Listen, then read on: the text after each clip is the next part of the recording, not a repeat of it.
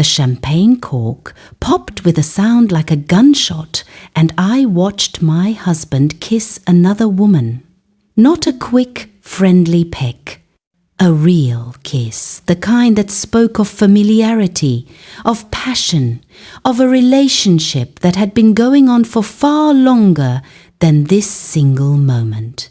His hand cupped her face with a tenderness I hadn't seen directed at me in years, and she leaned into him like she belonged there. They were standing in the gazebo of our backyard, my backyard, though we didn't know that yet, surrounded by 40 of our closest friends and family. Everyone was cheering, raising glasses, celebrating what they thought was a beautiful surprise anniversary party my husband had planned for me, except it wasn't for me. I stood at the French doors leading from the kitchen to the patio, a tray of appetizers in my hands, watching the scene unfold like it was happening in slow motion. My husband, Marcus, had his arms around Penelope, my former best friend, the woman who'd been my maid of honor, the person I'd trusted with every secret for the past decade. And everyone was clapping for them. Surprise! Marcus had shouted moments earlier when I'd walked outside with the food. Happy anniversary, darling! I'd thought the party was for us. For our 15th wedding anniversary, which was today, August 14th. I'd spent the morning thinking Marcus had forgotten he hadn't mentioned it at breakfast, hadn't left a card, had rushed out the door for work emergencies without so much as a kiss goodbye. But he hadn't forgotten. He'd just been celebrating with someone else. To Marcus and Penelope! Someone shouted, and I realized with creeping horror that the banner strung across the gazebo didn't say Happy Anniversary in generic letters. It said, Congratulations, Marcus and Amp, Penelope in elegant script with intertwined hearts. This wasn't a surprise for me. This was an engagement party for my husband and my best friend. And apparently everyone knew but me. My mother appeared at my elbow, her face a mask of pity that made my stomach turn. Sweetheart, I'm so sorry. I thought you knew. Marcus said you'd agreed to the divorce months ago. The tray slipped from my hands. Ceramic plates shattered on the flagstone patio, sending shrimp cocktail and bruschetta scattering across the ground. The noise cut through the celebration, and suddenly everyone was looking at me. Marcus turned, his face flushing red when he saw me standing there. But it wasn't embarrassment or guilt that colored his expression. It was annoyance. Like I was the one disrupting his perfect moment. Claire, he said, my name sounding like an accusation. What are you doing here? What was I doing here? In my own house? At a party I hadn't been invited to? I live here, I said quietly, and my voice didn't shake. That surprised me. Everything inside me was breaking into pieces, but my voice remained steady, calm, almost detached. We talked about this, Marcus said, walking toward me with the careful steps of someone approaching a volatile situation. You agreed to stay at your sister's place this weekend so Penelope and I could what? I interrupted. Throw an engagement party in my house without telling me? Celebrate your upcoming marriage while you're still married to me? Penelope had the grace to look uncomfortable. She'd always been good at reading situations, at knowing when her charm wouldn't work. This was one of those moments. Claire, I wanted to tell you, she started, but I held up my hand. Don't. The word came out sharp, cutting. Don't you dare stand there and pretend you were going to do the right thing. My mother touched my arm. Sweetheart, maybe we should go inside and talk about this privately. No. I looked around at all the faces staring at me, friends who'd apparently known about this betrayal, family members who'd chosen Marcus's happiness over my dignity, and neighbors who were probably already composing the gossip they'd spread tomorrow. No, I think we should talk about this right here, right now, in front of everyone. Marcus's jaw tightened. Claire, you're being dramatic. We discussed the divorce. You knew this was coming, did we? I tilted my head, genuinely curious now, because I don't remember any conversation about divorce. I remember you being distant. I remember you working late. I remember a lot of lies about business trips and client dinners, but I don't remember you ever asking me for a divorce. You must have forgotten, Marcus said, and there was an edge to his voice now. Desperation, maybe? Or calculation? We had a whole conversation about how our marriage wasn't working anymore, how we'd grown apart. You agreed it was time to move on. He was gaslighting me. In front of 40 people, my husband was trying to make me believe I'd agreed to something I'd never agreed to, trying to rewrite history to make his betrayal seem reasonable. And suddenly, watching him lie so smoothly, I understood something important. This wasn't new. Marcus had been lying to me for years about where he was going, who he was seeing, what he was planning. The affair with Penelope wasn't a sudden mistake. It was calculated, deliberate, part of a larger plan I hadn't seen coming. Except I had seen it coming. For 6 months, I'd known something was wrong. For 6 months, I'd been gathering evidence, making plans, protecting myself. I just hadn't known it would end like this, with him throwing a party in my house, celebrating his next marriage, while still legally bound to me. "You're right," I said finally, and my voice was so calm it scared me. "We have grown apart, but Marcus, we need to discuss something important before you marry Penelope. What's that?" he asked warily. "The house, and the money, and the fact that you don't actually own anything you think you own." His face went pale. "What are you talking about?" I smiled then, not a happy smile, not a kind smile, but the smile of someone who's been playing chess while everyone else thought we were playing checkers.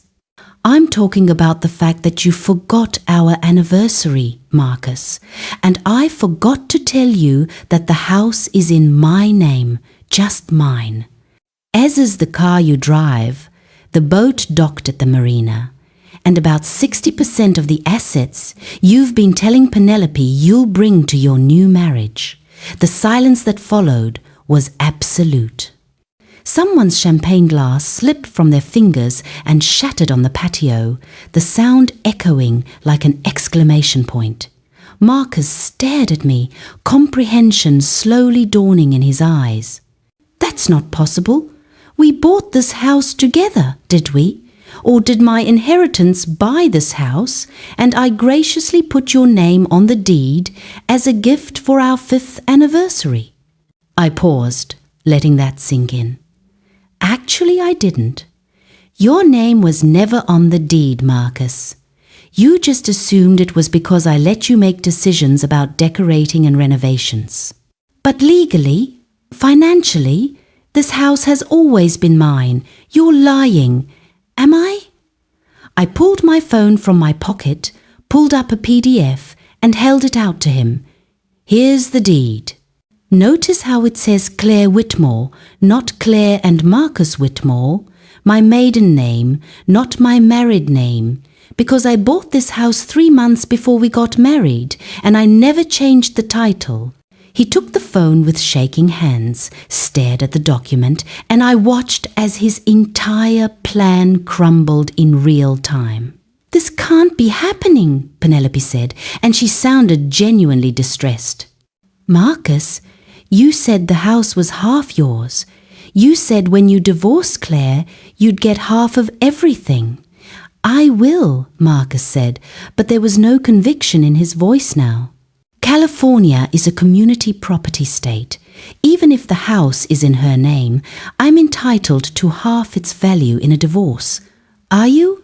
I asked softly. "Because I have a prenuptial agreement that says otherwise. Remember? The one your attorney insisted was just a formality that would protect both of us. The one that very specifically states that any property owned before the marriage remains separate property, and any property purchased with premarital funds also remains separate. I watched his face as memory caught up with lies. He did remember. He'd signed that prenup 15 years ago, barely glancing at it, because at the time he'd had nothing and I'd had everything. He'd signed it thinking it didn't matter, that our love would last forever, that he'd never need to worry about who owned what. He'd been wrong. Everyone needs to leave, I said, not shouting but projecting my voice clearly. This party is over. You're all standing on private property, my private property, and you're no longer welcome here. My mother stepped forward. Claire, honey, let's talk about this rationally. No, Mom, there's nothing rational about what just happened here. My husband threw an engagement party to another woman in my house on my anniversary, and apparently everyone knew about it except me. So no, I'm not going to be rational. I'm going to ask everyone to leave, and then I'm going to have a very important conversation with my husband about what happens next. People started moving then, grabbing purses and jackets, muttering apologies or excuses. Some looked sympathetic, others looked embarrassed. A few looked like they couldn't wait to leave so they could start spreading this story. Within 10 minutes, the backyard was empty, except for me, Marcus and Penelope, who seemed frozen in place. You too, I told Penelope. You need to leave. Claire, I'm so sorry, she started, tears forming in her eyes. I never meant for it to happen like this. Marcus said you knew. He said you'd agreed, Penelope. I cut her off with the kind of cold finality I'd never used with her before. I trusted you, with everything, and you betrayed that trust in the worst way possible. So I don't care what Marcus told you. I don't care what lies he fed you. You need to leave my property, and you need to never contact me again. She looked at Marcus, waiting for him to defend her, to fight for her, to do something. But he was still staring at the deed on my phone, his face ashen, and he said nothing. Finally, Penelope gathered what dignity she could, picked up her purse, and walked through the side gate to the driveway. I heard her car start and pull away moments later. Then it was just Marcus and me, standing in the ruins of his celebration, surrounded by half-empty champagne glasses and a banner that celebrated a future that would never happen. We need to talk, Marcus said finally. Yes, I agreed. We do. But not now. Right now, I need you to leave too. This is my house. No, Marcus, it's my house, and I'm asking you to leave it tonight, right now. You can't just kick me out. I have rights, do you? Because I think if we look at that prenup carefully, we'll find that you waived a lot of those rights 15 years ago when you signed on the dotted line without reading the fine print. He stared at me like he was seeing me for the first time. And maybe he was. For 15 years, I'd been the accommodating wife, the one who managed the household while he built his career, the one who swallowed her own ambitions to support his. He'd gotten so used to that version of me that he'd forgotten I was capable of anything else. He'd forgotten I was the one with the money, the property, the power. That had been his first mistake. And it was going to be his last. Marcus left that night, though not without a fight. He'd argued for an hour, insisting he had a right to stay, that I couldn't just throw him out, that we needed to discuss this like adults. I'd let him talk himself out, let him rage and plead and bargain, and then I'd said 5 words that ended the conversation. Leave, or I call the police. He'd left. Now, sitting in the sudden silence of my house, finally, truly, just mine, I allowed myself to feel everything I'd been holding back. The shock, the humiliation, the rage, the heartbreak of discovering that the two people I trusted most in the world had been conspiring against me. But beneath all of that was something else. Something colder and sharper and infinitely more dangerous. Relief. Because for 6 months, I'd known something was wrong.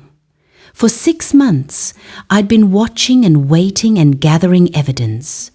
And tonight, Marcus had finally shown his hand completely.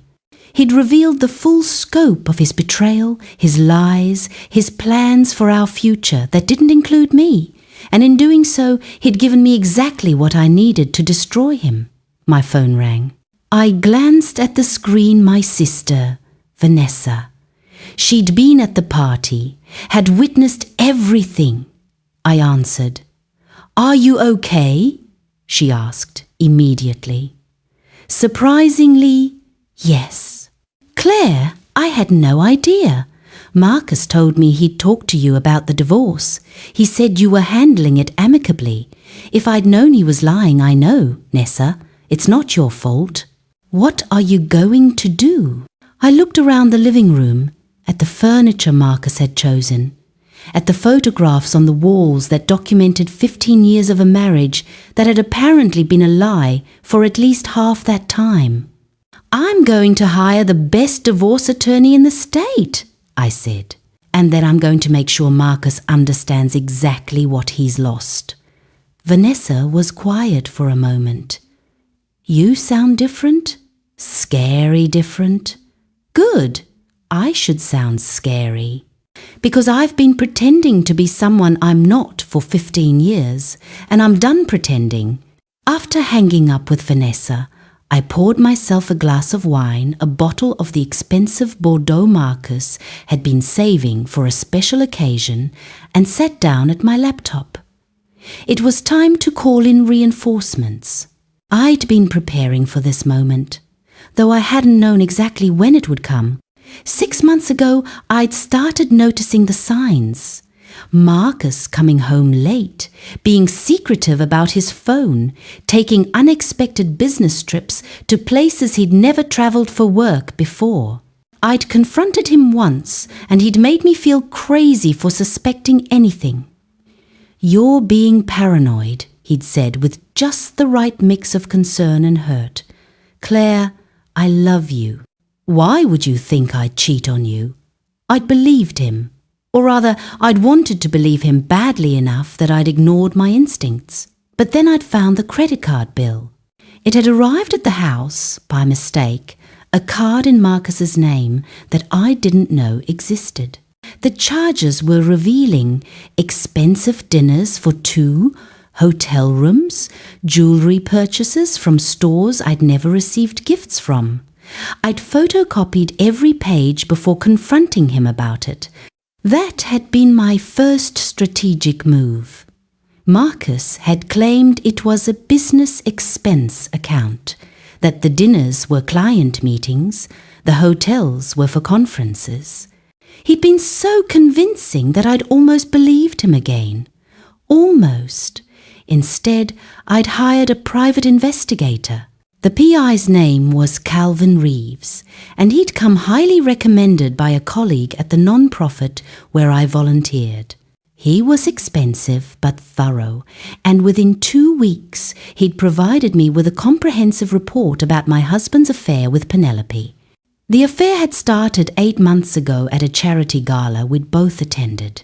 Marcus and Penelope had reconnected. They dated briefly in college before I'd met either of them, and something had sparked between them.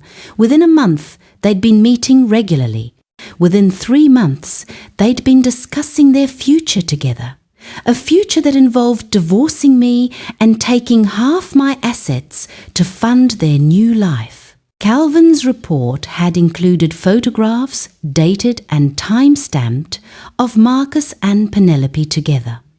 It included transcripts of text messages he'd recovered from Marcus's cloud backup. It included financial records showing that Marcus had been siphoning money from our joint account money I'd deposited, earned from the non-profit work I'd turned into consulting contracts into a separate account in his name only. He'd been planning this for months, planning to leave me, take half of everything he could claim and start fresh with Penelope. But he'd made one critical error.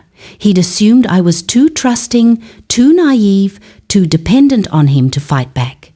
He'd forgotten who I was before I became his wife. My maiden name was Claire Whitmore, and I came from money, old money, the kind built over generations through careful investments and smart business decisions. My grandfather had founded a manufacturing company in the 1,950 seconds that my father had expanded into a national brand. When Grandpa had died, he'd left substantial trusts for all his grandchildren. My trust had matured when I turned 25, giving me access to approximately $8 million. I'd used part of it to buy this house at 27, 3 months before I'd married Marcus. I'd used more of it to fund my education, a master's degree in non-profit management, and to establish the charitable foundation that had become my life's work. Marcus had known about the trust, of course, but he'd never paid much attention to the details. Money management bored him, he'd said. He'd preferred to focus on his career in pharmaceutical sales, bringing in a respectable income, but nothing compared to the wealth my family had accumulated. Over 15 years of marriage, I'd quietly managed our finances. I'd paid the mortgage, the property taxes, the insurance. I'd handled investments, retirement accounts, savings. Marcus had contributed to joint accounts, but the major expenses had always come from my trust, and I'd been careful, so careful. Every property purchase, every major investment, every significant asset had been structured to protect my premarital wealth. The prenup had been my father's insistence. He'd never quite trusted Marcus, and I'd agreed to it mainly to keep the peace. Now I was grateful for my father's suspicious nature, because the truth was simple and devastating. Marcus owned almost nothing. The house was mine. The car he drove was leased in my name. The boat he loved was purchased with my trust money and titled to me alone. Even the expensive watch he wore had been a gift from me, bought with my inheritance. His salary had funded our lifestyle, dinners out, vacations, entertainment, but the assets, the real wealth, belonged to me. And the prenup ensured it would stay that way. I opened my laptop and pulled up the document I'd been working on for the past 3 months, a comprehensive divorce filing that Calvin had helped me prepare with input from a preliminary legal consultation. It detailed every asset, every account, every piece of property. It outlined Marcus's infidelity with supporting evidence. It requested full ownership of all property acquired before or during the marriage with trust funds. Most importantly, it requested spousal support from Marcus to me, because technically I'd never worked a real job during our marriage. I'd done volunteer work, consulting for non-profits, board service for charitable organizations, all meaningful work, but none of it generated significant W-2 income. On paper, I looked like a financially dependent spouse. The irony was delicious. Marcus, with his $150,000 salary, would be asked to provide spousal support to me, the woman, sitting on a multi-million-dollar trust fund. It would be denied eventually. Any competent judge would see through the request once my full financial picture was revealed. But the initial filing would send a message. I wasn't going to be pushed around. I wasn't going to accept his narrative that this divorce was mutual or amicable. I was going to fight, and I was going to win. My phone buzzed with a text from an unknown number. I heard about tonight. I'm sorry. If you need anything, call me. Tyler Hastings, Marcus's brother. We'd always gotten along well, but I hadn't expected him to reach out. I texted back, "Thank you. I appreciate it." His response came immediately. "Marcus is making a huge mistake. For what it's worth, I never liked Penelope. And I think you're handling this with more grace than he deserves." That text meant more than Tyler probably realized. It meant Marcus didn't have his whole family on his side. It meant the narrative wasn't as clean as Marcus had hoped. It meant I had allies. I spent the next 2 hours going through files, organizing documents, preparing for the war that was about to begin. Around midnight, exhausted and emotionally drained, I finally went upstairs to the master bedroom. Marcus's clothes were still in the closet. His toiletries were in the bathroom. The bed still smelled like his cologne. I couldn't sleep there. Instead, I grabbed a blanket and pillow and made a temporary bed in the guest room. Tomorrow, I'd start erasing his presence from the house. Tonight, I just needed to rest. But sleep didn't come easily. My mind kept replaying the evening, the shock of seeing Marcus kiss Penelope, the humiliation of realizing everyone knew but me, the cold satisfaction of revealing that the house was mine, and underneath it all, a question: how had I not seen this coming sooner? The answer was simple and painful. I'd been too trusting. Too focused on building my own life and work to notice that Marcus was building an exit strategy. Too invested in the idea of our marriage to recognize when it had stopped being real for him. I'd loved him, genuinely loved him. And he'd used that love against me. That was what hurt most. Not the affairs happened, relationships ended, but the calculation behind it. The months of lies. The way he'd gaslighted me, making me doubt my own instincts, making me feel paranoid for noticing the obvious signs. He'd betrayed me emotionally long before he'd betrayed me physically. And that betrayal demanded a response. Not revenge, exactly. Justice. Accountability. A reckoning that made it clear that underestimating me had been his biggest mistake. Tomorrow would be the first day of that reckoning. But tonight, lying in the guest room of my own house, I allowed myself to grieve for the marriage I'd thought I had, the partnership I'd believed in, the future I'd been building toward. All of it was gone. Burned away by Marcus's selfishness and Penelope's betrayal. What remained was anger, determination, and a crystal clear understanding that I would never let anyone make me feel powerless again.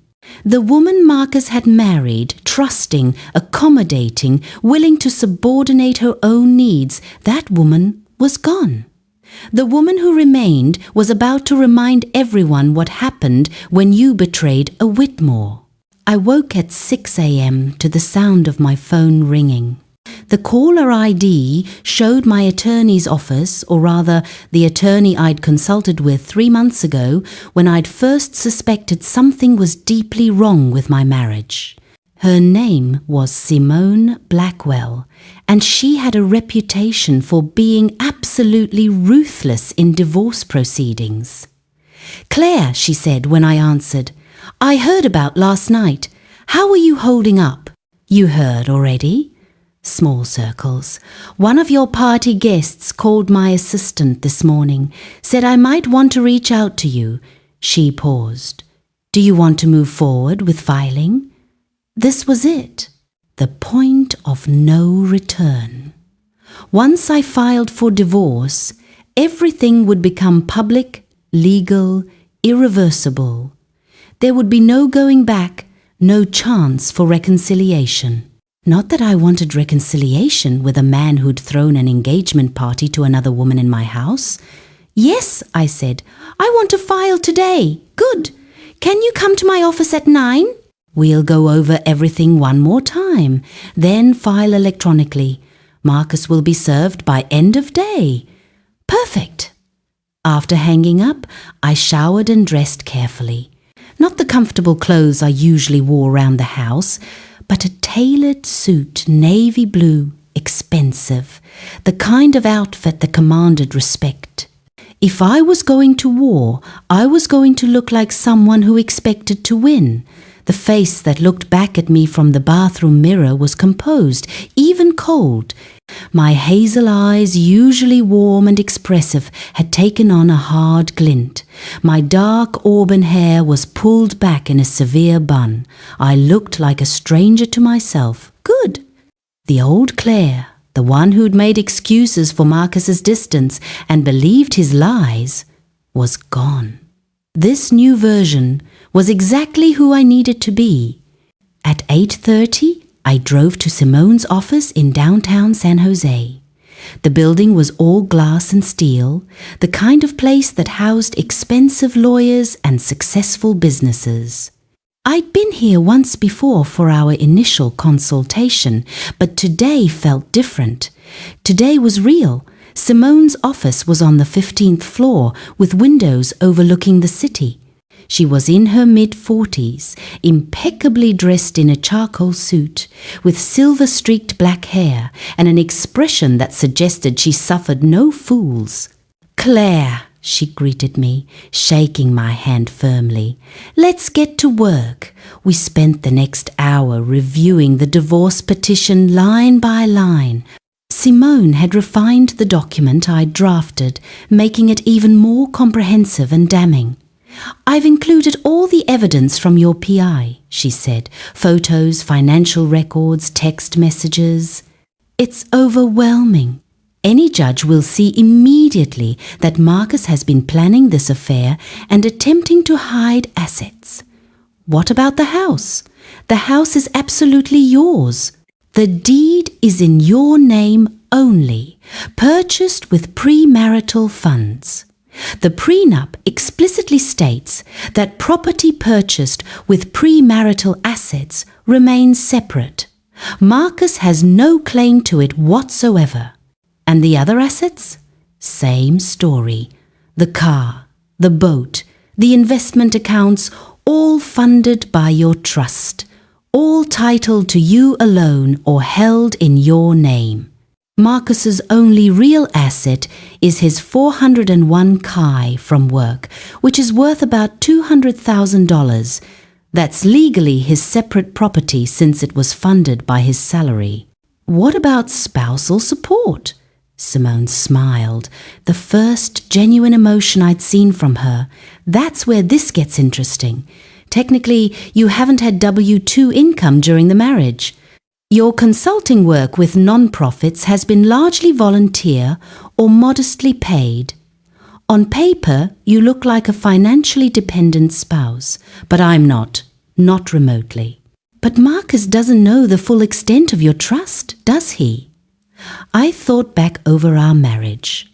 Marcus knew I had money, that was obvious, but had I ever told him exactly how much?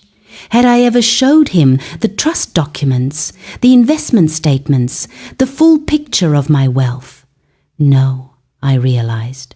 He knows I bought the house, knows I have family money, but I don't think he knows the actual numbers. Perfect. Then here's what we'll do. We'll file requesting spousal support based on the income disparity during the marriage. Marcus will panic, thinking he'll have to pay you monthly support. Then, when he starts fighting back and demanding full disclosure of your finances, we'll reveal the trust. And he'll realize he's been living in a house and driving a car and enjoying a lifestyle funded entirely by money I brought to the marriage. Exactly. It won't just be a legal defeat. It'll be a complete humiliation. Every asset he's been telling Penelope he owns, every penny he's been claiming as his contribution to your marriage, all of it will be revealed as yours. The vindictiveness of it should have bothered me. But it didn't. Marcus had spent months lying to me, gaslighting me, planning to take half my assets and leave me for my best friend. Humiliation seemed like an appropriate consequence. Do it, I said. Simone pulled up the electronic filing system and began uploading documents. One more thing. I'm including a request for exclusive use of the marital residence. Since the house is in your name and you can demonstrate you've been making all the payments, the judge will almost certainly grant it. Marcus will not be allowed to return to the property without your permission. Can we do that? Just kick him out? California allows for one spouse to request exclusive use of the residence in certain circumstances, particularly when there's evidence of infidelity or financial misconduct. We have both. Marcus moved out voluntarily last night, which makes this even easier. We're just making that temporary arrangement permanent until the divorce is final. How long will that take? California has a 6-month waiting period from the date of service until a divorce can be finalized. But that's the minimum. With assets like yours, with Marcus likely to fight on multiple fronts, this could take a year or more. I can wait. Good, because Claire, I need you to understand something. When Marcus is served today, when he reads this petition and sees what we're asking for, he's going to be furious. He's going to fight back hard. He's going to say terrible things about you, try to paint you as vindictive or crazy. You need to be prepared for that. I am. And you need to be prepared for your social circle to take sides. Some people will believe his version of events. Some will judge you for how aggressively we are pursuing this. Divorce brings out the worst in everyone. And people who seemed like friends might surprise you with their betrayal. I thought about the party last night, about the people who'd been celebrating Marcus's engagement while knowing I'd been kept in the dark. I think I've already seen the worst of it. Simone studied me for a moment. You're tougher than you look. That's good. You're going to need that. At 11:47 a.m., she pressed the final button. The divorce petition was filed. Within an hour, it would be a matter of public record. By end of day, Marcus would be served. There was no going back now. What happens next? I asked. We wait. Marcus has 30 days to respond to the petition. He'll hire an attorney, probably someone expensive and aggressive. They'll file a response, likely denying the affair despite our evidence and demanding a full accounting of your finances. We'll begin discovery, depositions, financial disclosures.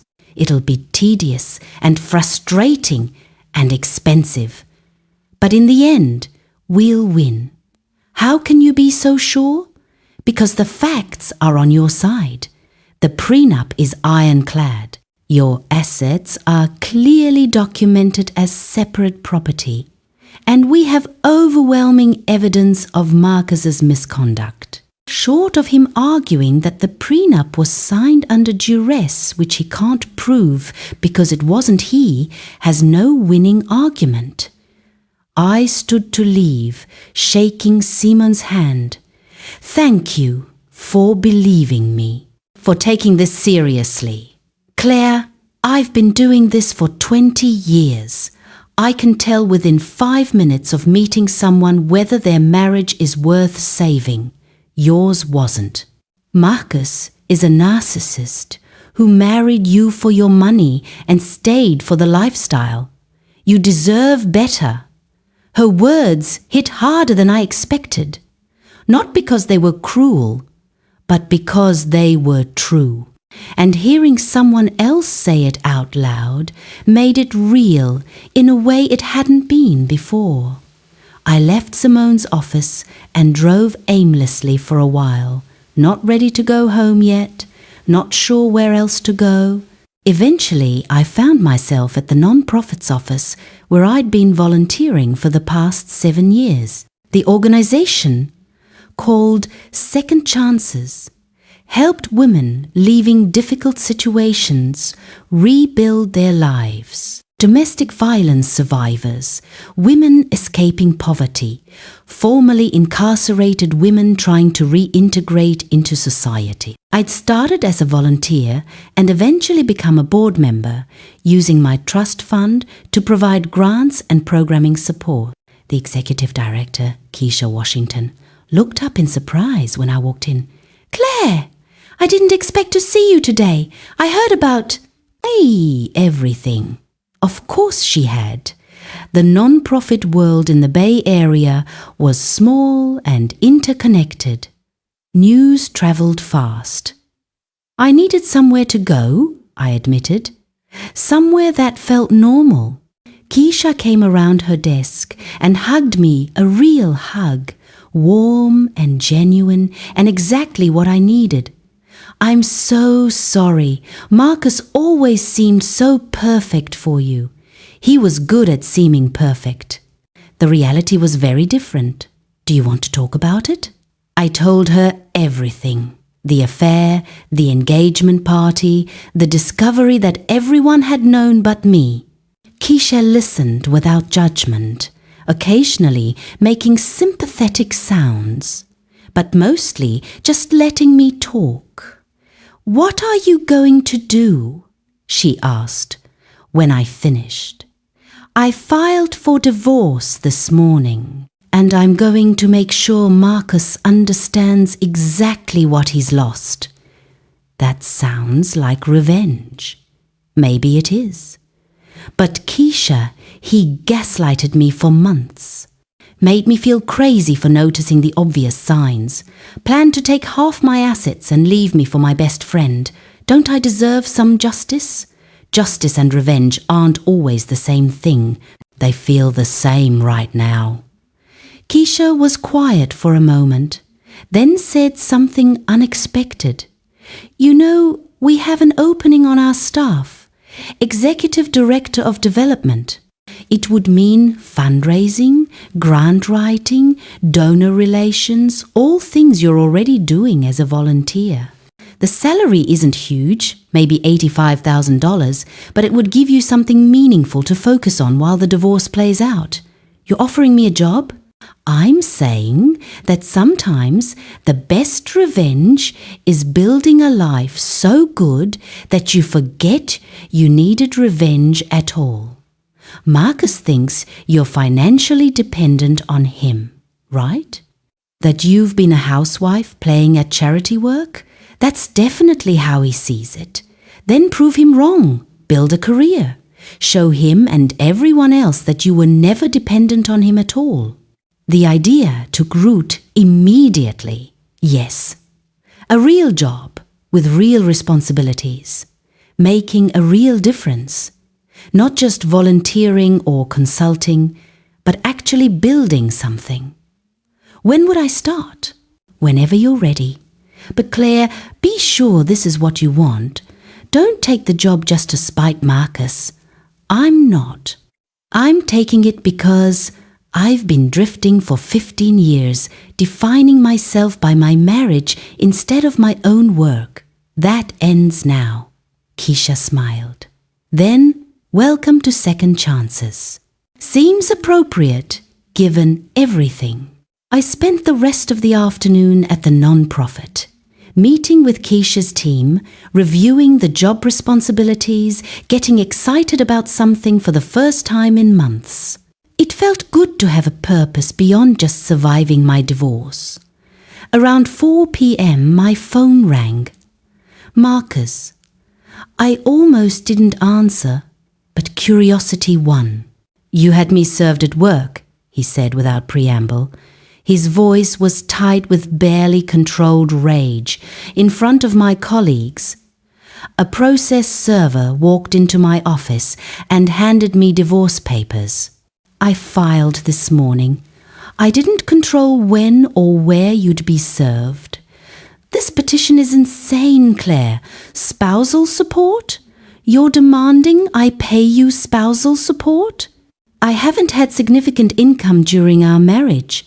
Legally, that's a reasonable request. You have a trust fund worth millions, do I? I don't recall ever discussing the specific amount with you. Silence. Then, I want to come to the house. We need to talk about this. No? What do you mean, no? I mean you're not welcome at the house anymore. I've filed for exclusive use of the residence. Until the divorce is final, you're not allowed on the property without my permission. You can't do that. Actually, I can. The house is in my name, Marcus. It was always in my name. You've been living in my house for 15 years. Now you're not anymore. Claire, this is crazy. Last night you seemed calm, reasonable. Now you're acting like someone who just discovered her husband has been planning to divorce her for months. Like someone who learned her best friend has been sleeping with her husband. Like someone who watched 40 people celebrate an engagement that happened while I was still married to the groom. He was quiet. I'm done being reasonable, Marcus. I'm done being the accommodating wife who swallows her feelings and pretends everything's fine. You wanted a divorce? You've got one. But it's going to be on my terms, not yours. We can work this out. If you just listen, no. Talk to your attorney. Everything goes through our lawyers now. I hung up before he could respond. My hands were shaking, not from fear or sadness, but from adrenaline, from the sheer satisfaction of finally standing up for myself. For 15 years I'd been accommodating, supportive, willing to subordinate my needs to Marcus's career and ego. I'd made myself smaller so he could feel bigger. No more. The woman Marcus had married was gone. The woman who remained was about to show him exactly what it felt like to be underestimated, and it was going to feel glorious. The next 2 weeks passed in a blur of legal proceedings and social fallout. Marcus hired an attorney, a man named Harrison Porter, who had a reputation for being aggressive and expensive. Harrison immediately filed a response to my divorce petition, denying the affair, despite overwhelming evidence, contesting my claim to exclusive use of the house and demanding full financial disclosure of my trust fund. Simone had been prepared for this. She filed a motion to compel Marcus to explain the secret credit card and hidden bank account. She submitted the PI's evidence, photos, text messages, financial records that proved beyond any doubt that Marcus had been having an affair with Penelope for at least 8 months. Most devastatingly, she requested depositions, not just from Marcus, but from Penelope and from the 40 guests who'd attended the engagement party. "This is brilliant," I told Simone when she explained the strategy. "You're making everyone who participated in that party explain under oath what they knew and when they knew it." "Exactly. Either they'll testify that they thought you knew about the divorce, in which case we'll present evidence that you didn't, or they'll admit they knew Marcus was cheating and celebrating it anyway. Either way, it destroys Marcus's credibility. But the legal victories came with social costs. Within a week of filing, I started receiving calls and texts from mutual friends. Some were supportive, offering sympathy and outrage on my behalf. Others were cautious, clearly uncomfortable with the conflict and trying to remain neutral. A few were overtly hostile, suggesting I was being vindictive and unreasonable. My mother called 3 days after the filing. "Claire, your father and I are concerned about how aggressively you're pursuing this." "Aggressively? Mom, Marcus cheated on me with my best friend and threw an engagement party in my house. How should I be pursuing it? We know he hurt you, sweetheart. But this request for spousal support, everyone's talking about it. It makes you look money hungry. I don't care how it looks. I care about protecting myself legally. But you have money. You don't need his support. It's not about need. It's about making a point. Marcus assumed I was financially dependent on him. He told Penelope he'd be bringing significant assets to their marriage. I'm making sure everyone understands the truth that he owns almost nothing and I own almost everything. My mother sighed. Your father says you're being smart. But Claire, think about the long-term social consequences. You live in a small community. People have long memories. Then they'll remember not to underestimate me. My sister, Vanessa, thankfully, was fully on my side. She'd been horrified by the engagement party and had immediately cut ties with Penelope, who'd been part of her friend circle too. I keep replaying that night, Vanessa said over lunch one afternoon. How calm you were. How you just stood there and let Marcus dig his own grave. It was savage. I was in shock. The calm was partly just. Dissociation, no, it was power. You knew something Marcus didn't know, that the house was yours. You were holding that card, waiting for the right moment to play it. That's not shock, that's strategy. She was right, though I hadn't fully realized it at the time. The months of suspicion, of gathering evidence, of preparing for the worst, all of that had conditioned me to stay calm under pressure. When the worst actually happened, I'd been ready. What's the latest from Marcus? Vanessa asked. His attorney is demanding financial disclosure. They want to see the full trust documents, all my investment statements, everything. Simone's preparing the response. But she's being strategic about what we reveal and when. Is Marcus still with Penelope? As far as I know. Though I heard through mutual friends that she's getting nervous about the legal costs. Marcus apparently told her the divorce would be simple and quick. Now that it's turning into a major court battle, reality is setting in. Good. They both deserve whatever stress this causes them. 10 days after filing, I had my first significant encounter with Penelope since the engagement party. I was at the grocery store, doing the mundane task of shopping for the week, when I turned a corner and found her standing in the produce section. We both froze.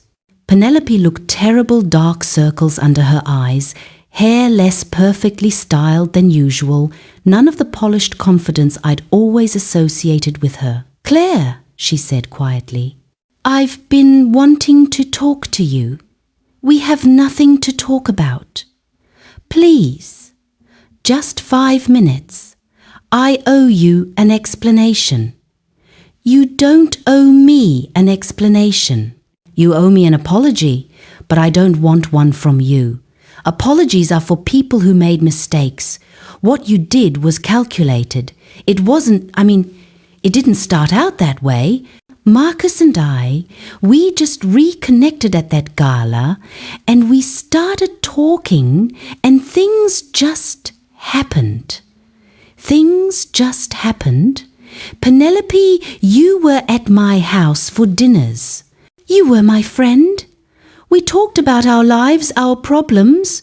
I confided in you about feeling disconnected from Marcus. And the whole time you were sleeping with him. Her face flushed.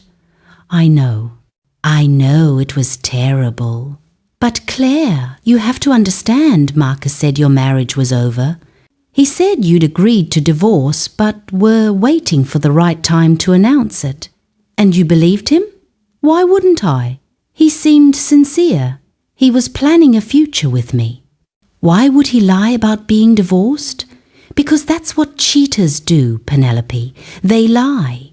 To their spouses, to their affair partners, to themselves. And you were so busy being flattered by his attention that you didn't bother to verify whether he was telling the truth. She looked like she might cry. I'm sorry. I know that doesn't fix anything, but I'm genuinely sorry. I never wanted to hurt you. Then you should have asked me directly whether Marcus and I were getting divorced. One conversation, Penelope. That's all it would have taken. But you didn't ask because you didn't want to know the truth. You wanted to believe the fantasy Marcus was selling you. I walked away before she could respond, my heart pounding, my hands gripping the shopping cart so tightly my knuckles were white. That encounter stayed with me for days. The shock on Penelope's face when I'd accused her of choosing willful ignorance. The way she tried to make excuses, to paint herself as a victim of Marcus's lies rather than an active participant in them. But what bothered me most was realizing that part of me had wanted her to feel terrible, had wanted to see her guilt and discomfort. That vindictive streak surprised me. I'd never thought of myself as someone who enjoyed others' suffering. But then again, I'd never been betrayed like this before. Maybe this was who I became when pushed too far. Someone harder, colder, more willing to make other people feel the pain they'd inflicted on me. 3 weeks after filing for divorce, I started my new job at Second Chances. The work was demanding. I was immediately thrown into a major fundraising campaign, had to learn systems and processes, had to prove myself to a staff that had known me only as a volunteer board member. It was exactly what I needed. For 8 hours a day, I focused on something other than my failed marriage. I wrote grant proposals, met with potential donors, developed program budgets. I used the skills I'd developed in my non-profit consulting work and discovered I was actually good at this, better than I'd realized. Keisha was an excellent boss, supportive but demanding. She pushed me to think bigger, to be more ambitious with our fundraising goals, to see myself as a professional rather than just someone playing at having a career. You have real talent for this, she told me, after I'd successfully secured a $50,000 grant from a major foundation. Why did you wait so long to take a real job? Because Marcus always made it seem like my work wasn't important, like it was a hobby I did to fill time between managing the house and attending social events. Classic narcissist behavior. Diminishing your accomplishments so his seem more impressive by comparison. Yeah, I'm realizing there were a lot of warning signs I ignored. We all ignore warning signs when we're in love. The important thing is what you do when you finally see them clearly. What I was doing was building a life without Marcus, a life with purpose, with professional accomplishments, with an identity that existed independent of being someone's wife. It should have felt liberating, and it did, mostly. But there were still moments, late at night, lying in bed alone when I felt the loss acutely. Not loss of Marcus specifically, but loss of the future I'd imagined. The partnership I'd thought we had. The person I'd believed him to be. Grief was complicated that way. I could be furious at Marcus for his betrayal, while simultaneously mourning the marriage we'd never actually had. Both feelings were true at the same time. 4 weeks after filing, Simone called with an update. Marcus's attorney has requested mediation. They want to try to settle this without going to trial. What does that mean? It means Harrison Porter has reviewed our evidence and realizes Marcus has no chance of winning in court. The affair is documented. The prenup is ironclad. The assets are clearly yours. He wants to negotiate a settlement that lets Marcus save some face rather than getting destroyed in a trial. What kind of settlement? They're proposing that Marcus waives all claims to your house, car, boat, and trust fund in exchange for you waiving the spousal support request and agreeing to let him keep his $401k without division. That's it? That's his entire offer? That's it? Which should tell you how weak his position is. He's essentially offering to give up things he never had any legal right to in exchange for you not taking the one thing that is legally his. What do you recommend? I recommend we counteroffer. We agree to drop the spousal support request, which was strategic anyway, but we demand he pay half the legal fees, since his misconduct caused the divorce. We also demand he sign a non-disparagement agreement, preventing him from saying anything negative about you in public or to mutual acquaintances. Can we do that? We can ask for it. Whether he'll agree is another question. But Claire, this is the beginning of the end. Marcus knows he's lost. Now we're just negotiating the terms of his surrender. The word surrender resonated. That's what I'd wanted all along, not just to escape the marriage, but to make Marcus acknowledge his defeat. To have him admit legally and formally that he'd been wrong about everything, that the house was mine, the assets were mine, the power had always been mine. He'd just been too blind to see it. The mediation was scheduled for 6 weeks after I'd filed for divorce. It would be held at a neutral location, a downtown conference room with a professional mediator guiding the discussions. Simone had warned me it would be tense, potentially emotional, and might not result in a settlement, even if both sides wanted to avoid trial. Remember, she'd said as we prepared, the goal isn't to punish Marcus. The goal is to get out of this marriage with your assets protected and your dignity intact. If he's willing to give you that without a fight, we should consider it a win. Even if it means he doesn't suffer as much as I think he should, even then, revenge is expensive, Claire. In money, in time, in emotional energy. Sometimes the smart move is to take the win and walk away. I understood her logic. But part of me still wanted the satisfaction of watching Marcus squirm, of making him publicly acknowledge every lie he'd told and every way he'd underestimated me. That wasn't entirely rational, I knew. But betrayal doesn't bring out rationality. It brings out the parts of ourselves we usually keep hidden, the vindictive, petty, hurt parts that want the people who wounded us to hurt even more. The morning of the mediation, I dressed carefully again. Another tailored suit, this time charcoal grey, paired with expensive but understated jewellery.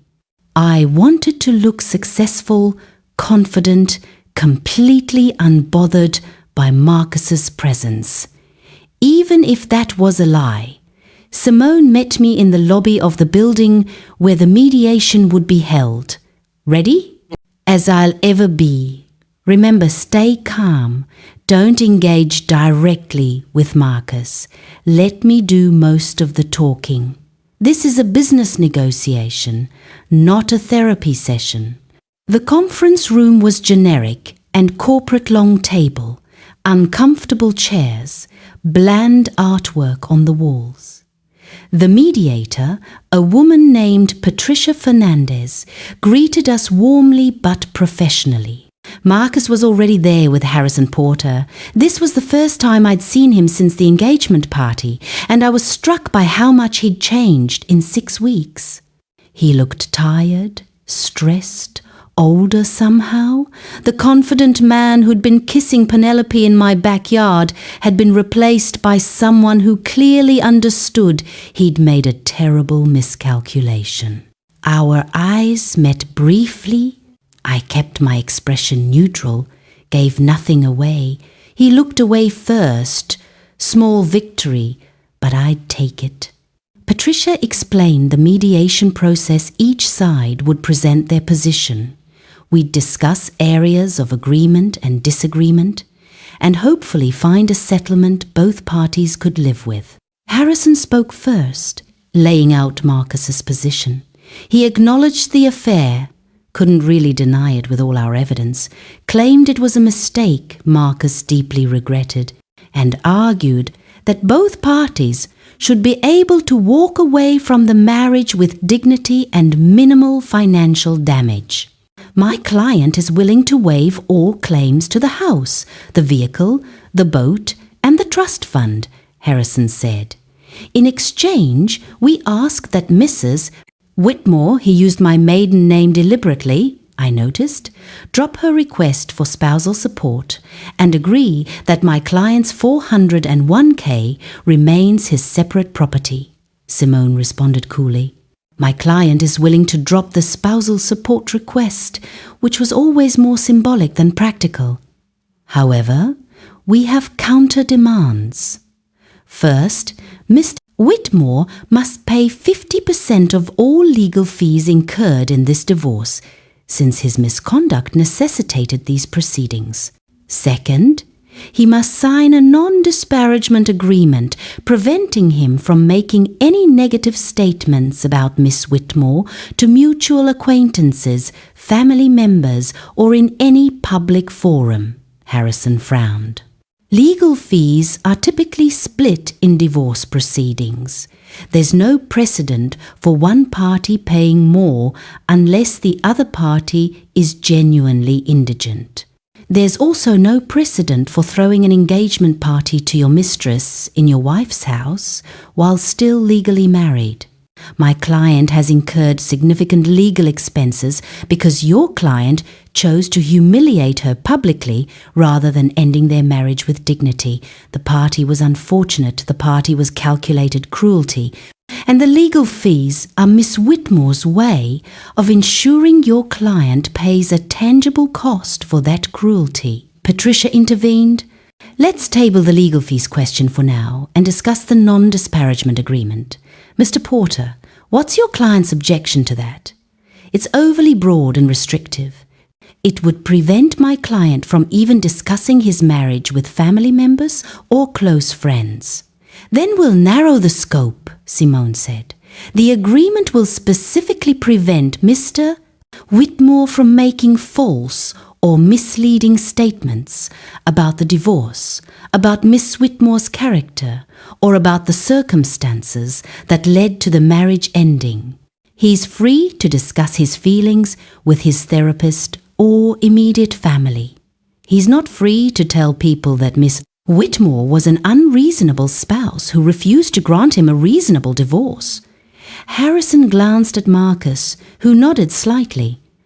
We can agree to that in principle, Harrison said. But we need to see the specific language. The discussion continued for 2 hours, back and forth on minor points, on the wording of agreements, on the timeline for finalizing the divorce. Throughout it all, Marcus sat quietly, letting his attorney speak for him, occasionally writing notes but never addressing me directly. Part of me wanted him to look me in the eye and explain how he could justify what he'd done, but a larger part was relieved by his silence. What could he possibly say that would make any of this better? Around noon, Patricia called for a break. Marcus and Harrison left the room to confer privately. Simone and I stayed. This is going well, Simone said. Harrison knows he has no leverage. We'll get most of what we want. What about the legal fees?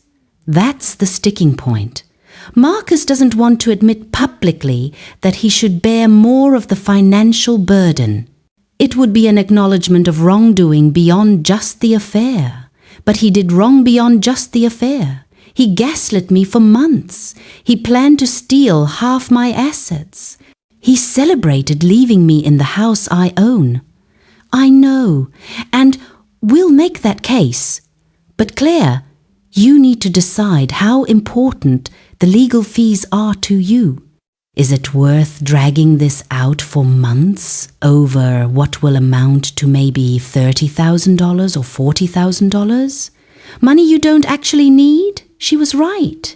The legal fees were symbolic a way of making Marcus pay literally for what he'd done figuratively. But was the symbolism worth more months of mediation, More stress, more energy spent on a marriage I desperately wanted to be done with? What would you do? I asked. Honestly, I'd take the settlement. You're getting the house, the car, the boat, full protection of your trust fund. He's signing a non-disparagement agreement. He's leaving the marriage with almost nothing while you keep everything. That's a significant victory. The legal fees are just icing. But it doesn't feel like enough. It never does. That's the thing about betrayal. No punishment ever seems proportionate to the pain, but Claire, at some point you have to choose between perfect justice and practical closure. I'm telling you as your attorney that this settlement is practical closure. When Marcus and Harrison returned, we resumed negotiations. After another hour of discussion, we reached an agreement. Marcus would waive all claims to any property in my name. I would drop the spousal support request. Legal fees would be split 60 over 40, with Marcus paying the larger share, a compromise that gave me something without being so punitive. Harrison couldn't recommend it to his client, and Marcus would sign the non-disparagement agreement. Do we have a deal? Patricia asked. Simone looked at me. I nodded. We have a deal, Simone confirmed. Harrison looked at Marcus, who nodded as well. We have a deal, Harrison said. Patricia smiled with genuine relief. Excellent. I'll draw up the settlement agreement with all the terms we've discussed. Both parties will have 1 week to review it with your attorneys. Then we'll schedule a signing. Assuming no one changes their mind, this divorce will be final 6 months from the original filing date. 6 months. In 6 months, my marriage to Marcus would be legally over. I'd be single again, free to rebuild my life without the weight of his betrayal hanging over everything. It should have felt like victory. Instead, it felt like grief. As everyone stood to leave, Marcus approached me for the first time all day. Claire, can we talk? Just for a minute. I glanced at Simone, who nodded slightly. I'll be outside. Once everyone else had left, Marcus and I were alone in the conference room. He looked at me with an expression I couldn't quite read. Regret, maybe, or just exhaustion. I'm sorry, he said. I know that's inadequate, but I need to say it. I'm sorry for how I handled everything. The affair, the party, all of it. You deserved better. Yes, I agreed. I did. I never meant to hurt you. That's a lie, Marcus. Maybe you didn't plan to hurt me at the beginning. But at some point, you made a choice to prioritize yourself over our marriage, over me, over 15 years of partnership. You chose to lie, to gaslight me, to plan a future with someone else while I still thought we were building a future together. Those were deliberate choices. You're right, they were. He ran a hand through his hair, a gesture I'd seen 1,000 times that now just felt foreign. I got lost somewhere, started believing I deserved more than what we had. Started thinking I'd sacrificed my happiness for stability. Penelope made me feel different, special, like I could have the life I'd always wanted instead of the life I'd settled into. You think you settled for me? I think we both settled. Be honest, Claire, were you really happy, really fulfilled, or were you just going through the motions because that's what married people do? It was a fair question, and I forced myself to consider it honestly. Had I been happy, or had I just been comfortable? I was building something, I said slowly. A life, a partnership, a foundation for whatever came next. Maybe that's not the same as happiness. But it was real, and it was ours, and you destroyed it without even giving me a chance to fight for it. Would you have fought? I don't know. But I deserved the option. Marcus nodded slowly. The house, you were right, of course. It was always yours. I lived in it for so long that I forgot where it came from. Forgot that everything we had came from you, not us. Yes. That's emasculating. You know that, right? Being the lesser earner, knowing your wife's trust fund pays for everything, feeling like you're just along for the ride rather than actually contributing. So, you're saying you cheated on me because I made more money than you? No. I'm saying I resented that dynamic more than I admitted, even to myself. And when Penelope came along, offering a fresh start where I could be the provider, the successful one, it was appealing in ways I shouldn't have let it be. I stared at him, processing this admission. You were so fragile in your masculinity that you destroyed our marriage because you couldn't handle me being wealthier. When you say it like that, it sounds pathetic. It is pathetic, Marcus. He flinched but didn't argue. I know I've handled everything wrong. For what it's worth, Penelope and I aren't together anymore. She realized about 2 weeks ago that I'm not the prize she thought I was, that without your house and your money, I'm just a middle-aged pharmaceutical salesman with a messy divorce. I felt no satisfaction at that news, just a hollow sense that everyone had lost something in this disaster. I hope you figure out whatever it is you're looking for, I said. I hope you find happiness that doesn't require destroying someone else's life to achieve it. What about you? What are you going to do? I'm going to finish this divorce, keep my job, build a life that's mine, not ours. Move forward with someone else. Eventually, maybe, but not anytime soon.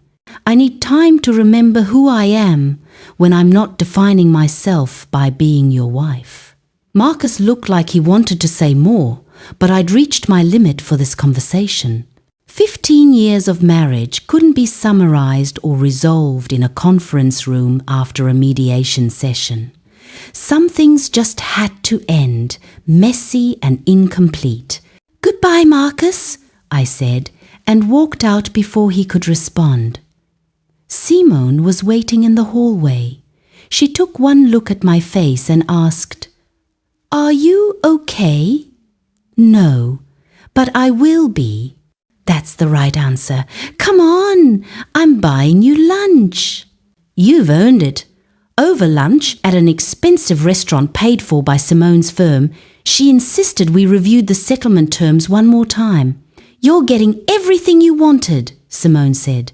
"House, assets, protection of your trust, and an agreement that prevents Marcus from bad-mouthing you. That's a complete victory. Then why doesn't it feel like one? Because you can't win a divorce, Claire. You can only lose less badly than the other person. You're losing less badly than Marcus. That's all victory looks like in this context." She was right, of course. But it was hard to feel victorious when what I'd actually won was the ending of something I'd once believed in completely. "What happens now?" I asked. "We wait for Patricia to draft the settlement agreement. We review it carefully, make sure every term we discussed is included. We sign it. 6 months from your original filing date, the divorce is final. Then you start your life over, starting over at 42 years old, with a failed marriage, a career I'd just begun, and a house that suddenly felt too big and too empty. It wasn't the future I'd planned, but it was the future I had, and I was going to make it extraordinary. The settlement agreement was finalized and signed 3 weeks later. True to the mediation terms, Marcus waived all claims to the property and assets in my name. I dropped the spousal support request. We split legal fees 60/40, and he signed the non-disparagement agreement. It was done. not entirely over the 6-month waiting period, meant the divorce wouldn't be final until February, but functionally complete. Marcus was out of my life, legally barred from the house, with no claim to anything I owned. I should have celebrated. Instead, I spent that evening alone in the house, drinking wine and feeling hollow. Vanessa called around 8 p.m. "How are you?" "I honestly don't know." "Relieved? Sad? Angry? All of it at once?" "That sounds about right for divorce." "Want company?" "Not tonight." "I think I need to sit with this feeling, whatever it is." "Okay, but Claire, I'm proud of you. You handled this with so much strength. Marcus underestimated you completely, and you made him pay for it." After hanging up, I wandered through the house, seeing it with new eyes. The living room Marcus had wanted painted grey. I'd repainted the warm terracotta I'd originally wanted.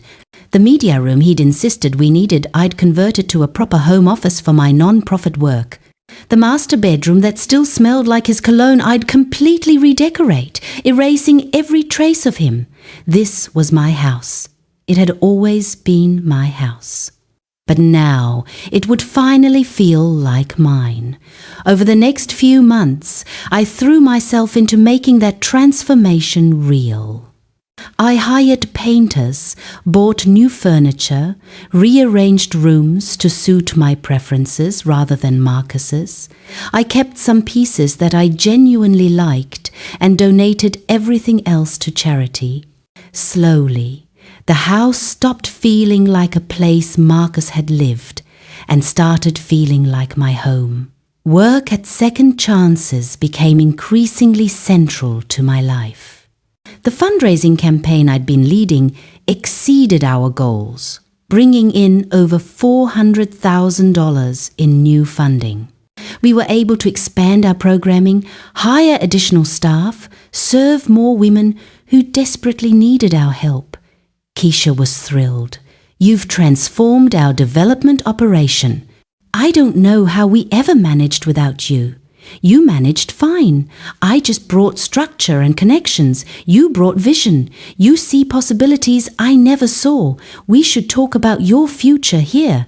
That conversation led to a promotion. 4 months after I'd started, Keisha offered me the newly created position of Chief Development Officer with a significant salary increase and a seat on the executive leadership team. "Are you sure?" I'd asked. "I've only been here a few months." "I'm sure. You've proven yourself. And frankly, I think having a career to focus on has been good for you during the divorce." She was right. The work gave me purpose, identity, achievement that existed completely independent of Marcus. I was rebuilding myself as someone beyond just his ex-wife. In December, 3 months before the divorce would be final, I attended a non-profit leadership conference in San Francisco. The event drew executive directors and development professionals from across the state, all sharing best practices and discussing emerging trends. I was sitting in a session about major donor cultivation when I noticed a man in the row ahead of me. He was maybe late 40s, professionally dressed, taking detailed notes. Something about the way he engaged with the material, asking thoughtful questions, challenging some of the presenter's assumptions, caught my attention. During the break, he approached me. "You're from Second Chances, right? I saw your name tag. I've heard great things about your program, thank you." "And you are?" "Owen Bradford. I run a foundation that funds social services in underserved communities. We've been looking at expanding our grant making in the Bay Area. Second Chances is on our radar." We talked for 20 minutes about our respective work, and I found myself genuinely enjoying the conversation. Owen was intelligent, passionate about nonprofit work, and refreshingly direct. He didn't ask about my personal life, didn't probe for information about the divorce that had probably made its way through the local non-profit gossip network. He just treated me like a professional colleague. It was exactly what I needed. "We should continue this conversation," Owen said as the break ended. "Would you be interested in meeting for coffee next week? I'd love to learn more about second chances and see if there might be a fit for a grant." "I'd like that." We exchanged contact information, and I returned to the conference session feeling lighter than I had in months.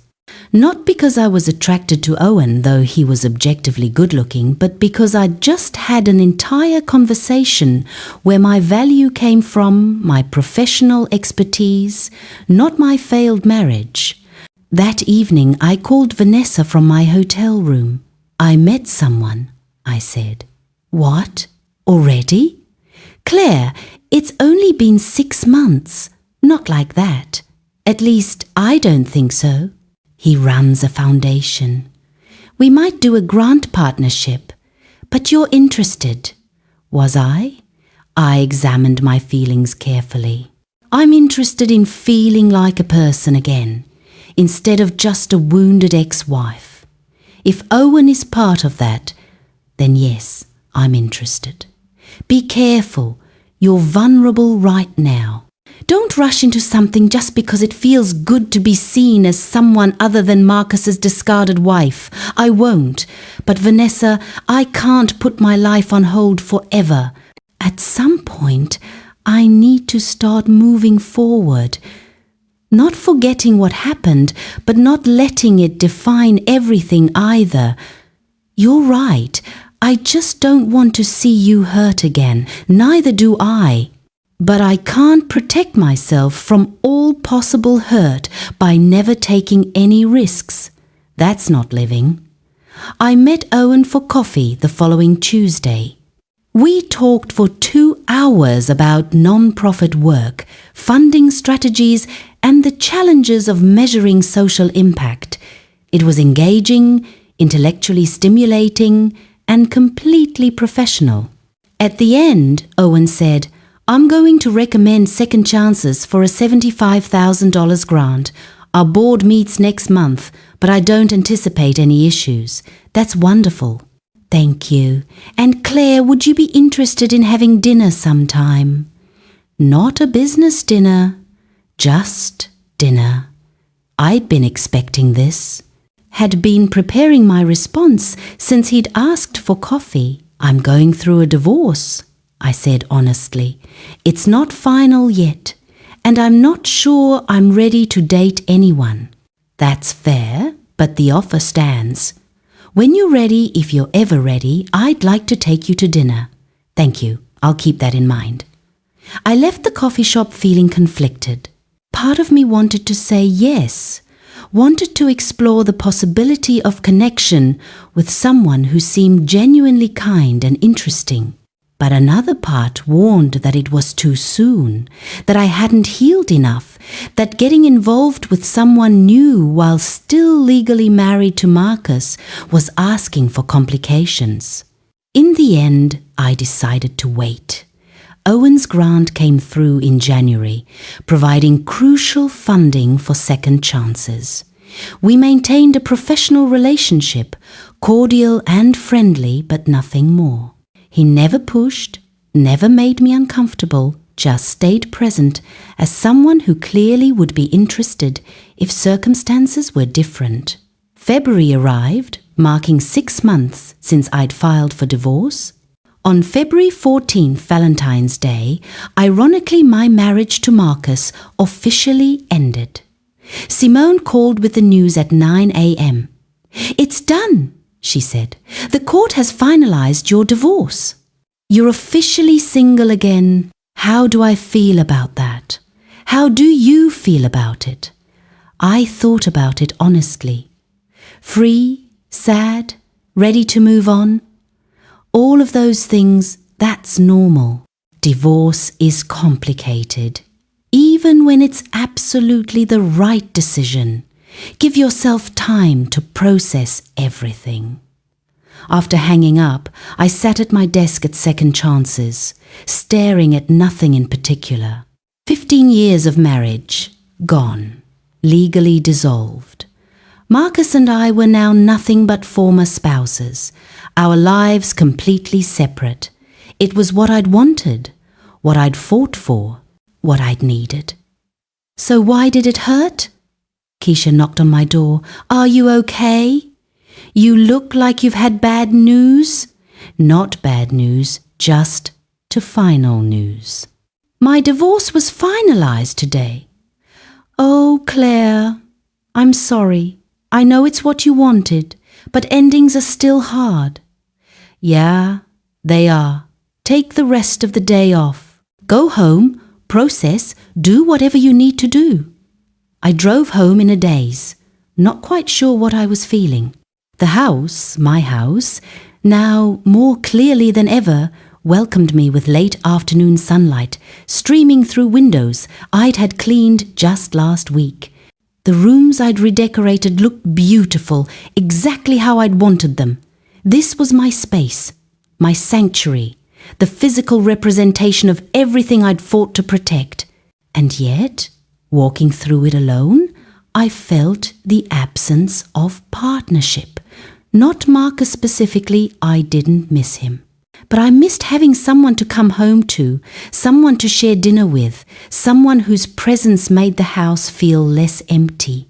My phone rang. Owen. I heard through the non-profit network that your divorce was finalized today, he said. I wanted to check in, see how you're doing. You heard through the network? Small world. Are you okay? I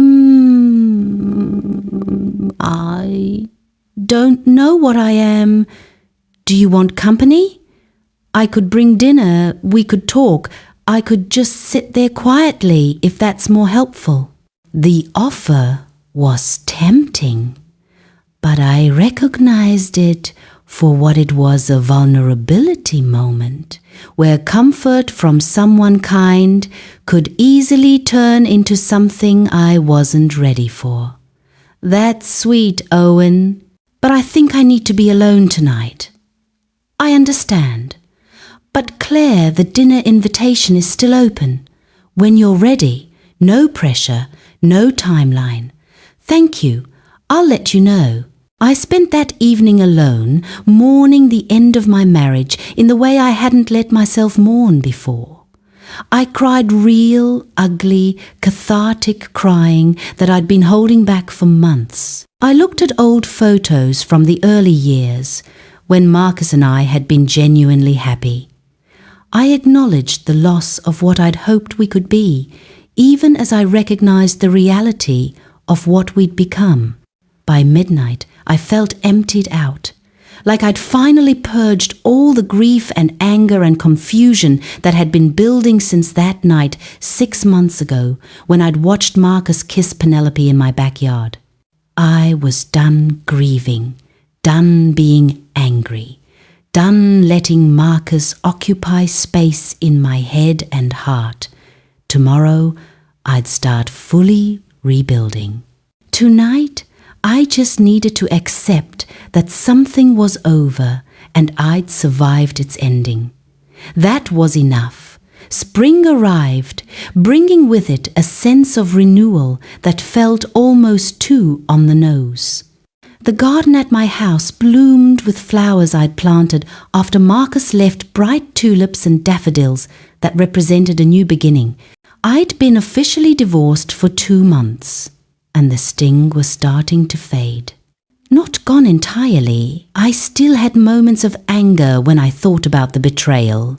Still felt sadness when I encountered couples who seemed genuinely happy. But those moments were becoming less frequent, less consuming. Work continued to be my anchor. Second Chances was thriving under the expanded funding we'd secured. We'd opened a new program helping women start small businesses, providing both capital and mentorship. I'd been instrumental in designing the program, drawing on my own experience with managing money and investments. You should consider writing about this. Keisha suggested one afternoon as we reviewed program outcomes.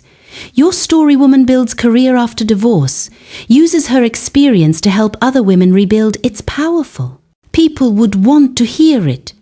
I'm not ready to be that public about my personal life. Not now, maybe, but someday. Your voice matters, Claire. You have wisdom that comes from surviving something hard. Her words stayed with me. Maybe someday I would tell my story. But right now, I was still figuring out what that story actually was. In April, I finally accepted Owen's invitation to dinner. Not because I was convinced I was ready for a relationship, but because I'd realized I'd been using not ready as an excuse to avoid risk, and I was done living in fear of being hurt again. We met at a small Italian restaurant in Palo Alto, casual and intimate without being overly romantic. Owen was exactly as I remembered, intelligent, kind, genuinely interested in hearing about my work and my life. How's post-divorce life treating you? He asked over wine. Better than I expected. Harder than I hoped. Somewhere in between, I guess. That's honest. I appreciate that. A lot of people pretend everything's fine when it clearly isn't. You sound like you're speaking from experience. Divorced 8 years ago. My ex-wife decided she wanted a different life than the one we'd built. It was devastating at the time. But I survived it. You will too. Did you ever remarry? No. Dated seriously once, but it didn't work out. I've been focused on my career mostly. The foundation keeps me busy. He paused. But I'm open to the possibility. When the right person comes along, there was something in the way he said it, not pushy, not presumptuous, just honest, that made me relax. Owen wasn't trying to rush me into anything. He was just being present, leaving space for whatever might develop naturally. We talked for 3 hours about work, about family, about books and travel, and the small things that made life interesting. It was the most normal I'd felt since discovering Marcus's affair, just a woman having dinner with a man, no drama, no betrayal, no complicated history weighing everything down. I'd like to do this again, Owen said as we were leaving. If you're interested, I am. But, Owen, I need you to know I'm not looking for anything serious right now. I just got divorced. I'm still figuring out who I am when I'm not defined by marriage. I don't want to mislead you. You're not misleading me. I understand where you are, and I'm okay with taking things slowly. We're both adults. We can communicate about what we need. That openness, that willingness to let me set the pace, it was exactly what I needed. So we started seeing each other casually. Dinner once a week, occasional movies or concerts, long conversations about work and life and everything in between. It wasn't passionate or intense. It was comfortable, easy, safe. And after the chaos of the past year, safe felt like exactly the right pace. In May, I got a surprising phone call from Tyler, Marcus's brother. Claire, I wanted to give you a heads up about something. Marcus is getting remarried. My stomach dropped. To who? Someone he met at work. They've been dating for 3 months. He proposed last week. The wedding's in June. 3 months. Marcus had been divorced for the same amount of time I had waited exactly 0 time to jump into another relationship, and was already getting remarried. How do you feel about that? Tyler asked carefully. I don't know. Surprised? Vindicated? It proves he was never really committed to working on our marriage. He wasn't. And Claire, I think you should know this woman has money. Not as much as you, but she's wealthy, owns her own business.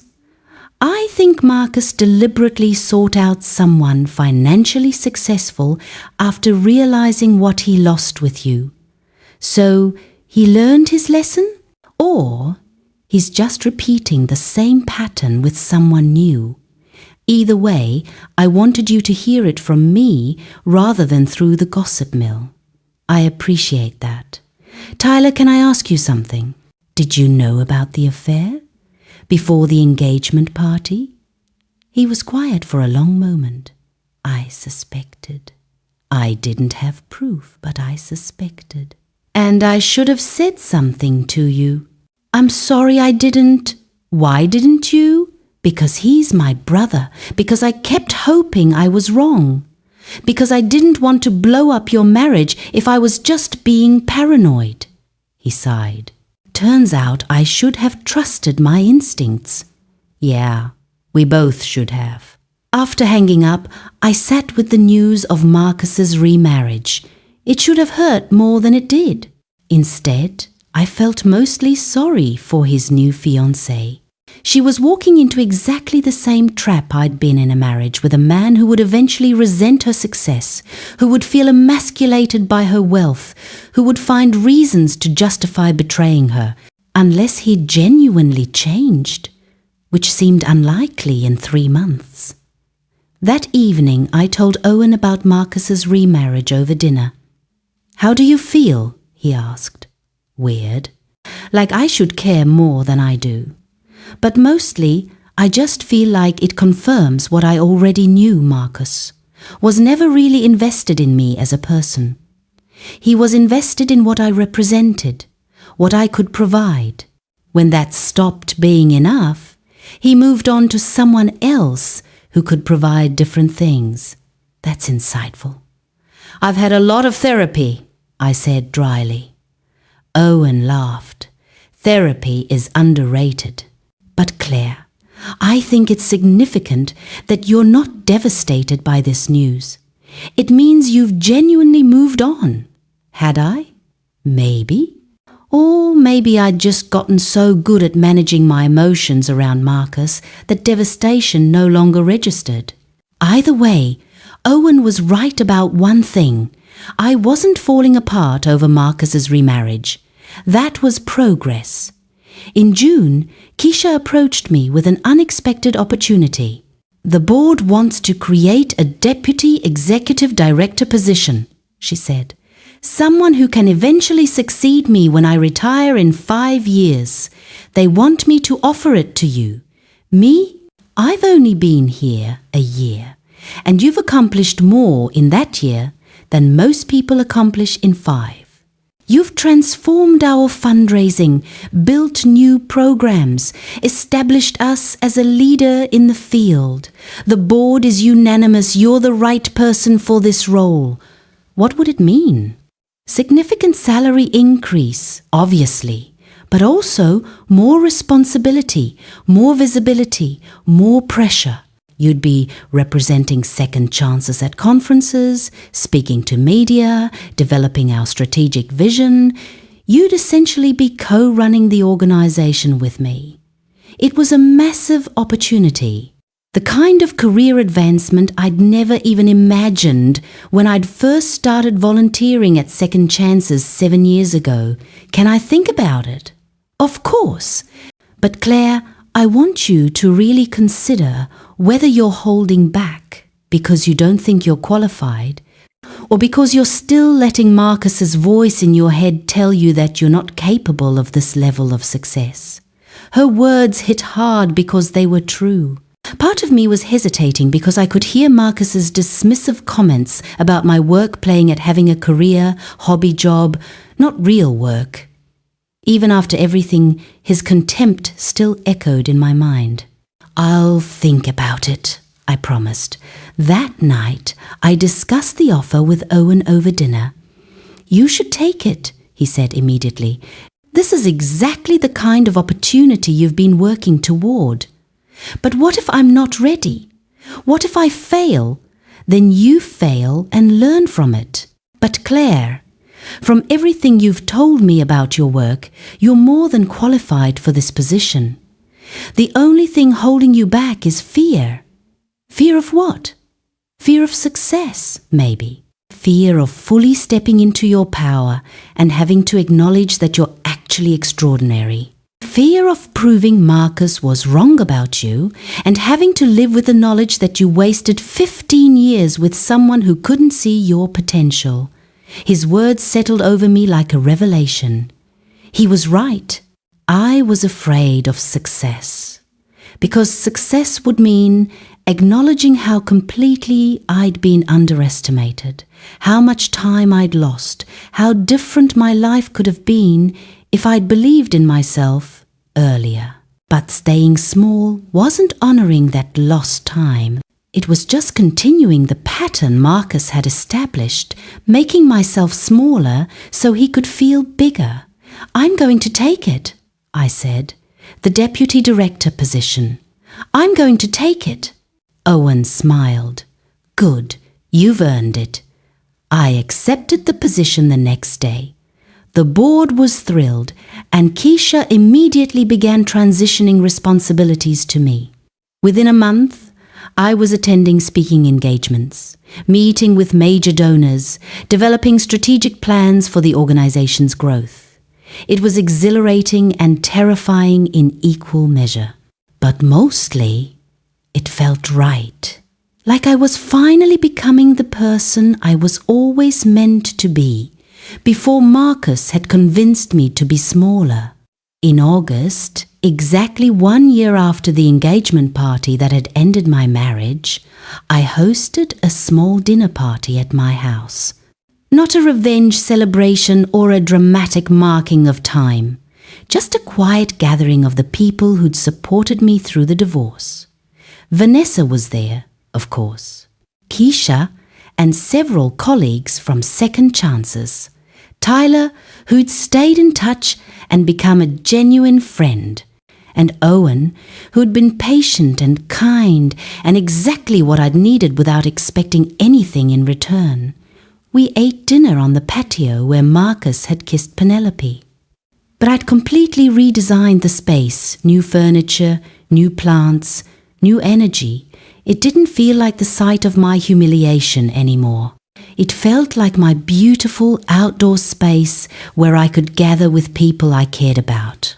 A toast, Vanessa said, raising her glass. To Claire, who took the worst day of her life and turned it into the catalyst for the best year. Hear, hear, everyone echoed. I don't know about the best year, I said, but definitely a transformative one. You've come so far, Keisha added. From volunteer to deputy executive director, from someone's wife to your own person. You should be proud. I was proud, not just of the professional accomplishments, but of surviving betrayal without becoming bitter, of letting myself grieve without getting stuck in grief, of moving forward without pretending the past hadn't hurt. Thank you, I told everyone, for being here, for supporting me, for reminding me who I was when I couldn't see it myself. Later that evening, after everyone had left except Owen, we sat in the living room with glasses of wine. This is a beautiful house, he said, looking around at the space I'd reclaimed and redesigned. It feels like you. It finally does. For a long time it felt like Marcus's house that I happened to live in. Now it's mine. How does that feel? Powerful.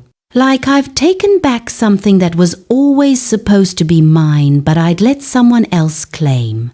Owen was quiet for a moment, then said, Claire, I want to tell you something. I've been seeing you for 4 months now, and I know we're taking things slow, which I respect, but I want you to know I'm not just passing time with you. I'm genuinely interested in building something real when you're ready. Owen, let me finish. You don't have to respond now. I just want you to know that I see you. The real you, not the version of you that Marcus tried to diminish. I see your intelligence, your kindness, your strength, and I think you're extraordinary. So whenever you're ready to take the next step, whether that's next month or next year or never, I'll be here." His honesty was disarming. No games, no manipulation, just straightforward emotion from someone who'd proven himself trustworthy over months of patience. "Thank you," I said, "for seeing me, for being patient, for not expecting me to have healed faster than I have. You're worth waiting for." We sat in comfortable silence, and I felt something shift. Not a dramatic change, but a quiet recognition that maybe, possibly, I was ready to risk my heart again. Not immediately, not recklessly, but someday soon. The woman who'd stood in this house a year ago, watching her husband kiss another woman, that woman was gone. She'd been replaced by someone stronger, wiser, more aware of her own worth. Someone who knew that the best revenge wasn't destroying the person who hurt you. It was building a life so good that their betrayal became nothing more than a footnote in your story. Marcus had forgotten our anniversary, had forgotten who actually owned the house, who actually held the power, who actually mattered. That forgetting had cost him everything. And it had given me the catalyst I needed to remember who I was capable of being. Not Marcus's wife, not someone's victim. Just Claire Whitmore, Deputy Executive Director, homeowner, survivor, woman building exactly the life she wanted. That was the best revenge of all. 2 years after my divorce, I stood in front of a conference room full of nonprofit leaders, delivering the keynote speech at the same conference where I'd met Owen. My topic was building after betrayal, how personal crisis can fuel professional growth. I debated whether to be this public about my story, whether exposing my vulnerability would undermine my professional credibility or invite unwanted judgment. But Keisha had convinced me that my story mattered, that other people, especially women, needed to hear that you could survive betrayal, rebuild your life, and emerge stronger. So I told them, not every detail, but the broad strokes. The affair, the public humiliation, the moment I'd realized that the house was mine and Marcus had nothing, the strategic divorce, the career pivot, the slow process of rebuilding my sense of self. The revenge I took wasn't about destroying my ex-husband, I said, looking out at the audience. It was about protecting myself and building something meaningful from the ruins of what I'd lost. That's the kind of revenge that actually matters. The kind where you become so successful, so fulfilled, so genuinely happy that the person who betrayed you becomes irrelevant to your story. The applause was thunderous. Afterward, dozens of people approached me, sharing their own stories of betrayal and resilience.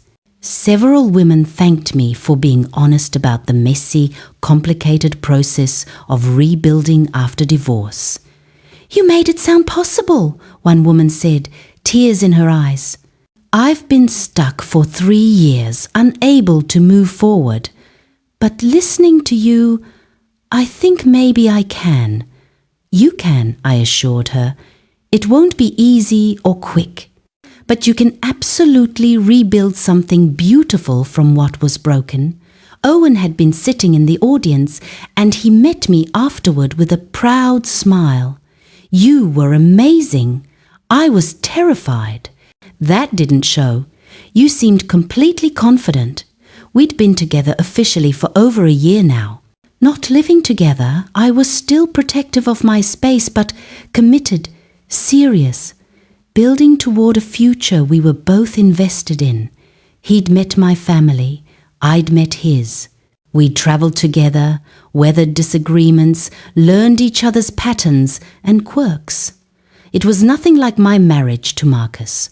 This relationship was built on mutual respect, honest communication, genuine appreciation for each other's strengths. Owen celebrated my success instead of feeling threatened by it. I supported his work without subordinating my own ambitions. It was healthy. It was real. It was what partnership was supposed to look like. "There's something I want to show you," I said, pulling out my phone. I opened an email from my financial advisor and turned the screen toward Owen. "What am I looking at?" "The sale of my trust fund investments. After the divorce, I liquidated some assets and started a new foundation. It's specifically for women rebuilding their lives after betrayal, domestic violence survivors, women leaving bad marriages, anyone who needs financial support to make a fresh start. We launched last month." "Claire, that's extraordinary. How much?" $2 million to start. More as the investments mature. I figure it's a better use of my inheritance than just letting it sit in accounts." "This is who you are," Owen said quietly. "Someone who takes her own pain and transforms it into help for others. That's remarkable." Later that evening, Owen and I walked along the waterfront in San Francisco, watching the sun set over the bay. "I've been thinking about something," he said. "About the future. About us." My heart rate picked up. "Okay, I'm not proposing. Not yet. But I want you to know I see a future with you. Marriage, maybe kids if that's something you want, building a life together. And I want you to think about whether that's something you see too." "I do," I said, surprising myself with how certain I sounded. "See a future with you, I mean. Not immediately, but someday." That's all I needed to hear. We walked in comfortable silence, and I thought about how far I'd come. 2 years ago, I'd been standing in my backyard, watching my marriage implode. Humiliated, betrayed, unsure of who I was without Marcus. Now I was Deputy Executive Director of a thriving nonprofit, founder of a charitable foundation, a woman in a healthy relationship built on mutual respect and genuine love. I'd taken the worst moment of my life and used it as fuel to build something extraordinary. That was the real victory. Not the house I'd kept or the assets Marcus had lost. Not even the satisfaction of watching him realize how completely he'd underestimated me. The real victory was becoming someone I was genuinely proud to be. Someone who'd survived betrayal without becoming bitter. Someone who'd used her own pain to help others. Someone who'd learned that the best revenge was living so well that the person who hurt you became irrelevant. Marcus had remarried and divorced again within 18 months. Tyler had kept me updated, though I hadn't asked. His second marriage had fallen apart for the same reasons ours had. His inability to handle a partner's success, his resentment of wealth he hadn't earned, his tendency to blame others for his own inadequacies. I felt no satisfaction at that news. Just a distant sadness that he was still repeating the same patterns, still unable to see how his own behavior created the problems he complained about. Penelope had reached out once, about 6 months after my divorce was final. A long email apologizing again, explaining that she'd gone to therapy, that she understood now how she'd betrayed our friendship. She'd asked if we could ever rebuild trust. I'd sent a brief response. "I forgive you, but I don't want you in my life. I hope you find happiness and make better choices in the future." That had been the end of it. No dramatic confrontation, no extended processing, just a clean ending to a friendship that had been built on shallower foundations than I'd realized.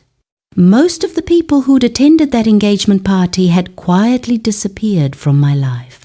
Some because I'd actively cut them out, others because they were uncomfortable with the messiness of my divorce and found it easier to maintain relationships with Marcus instead.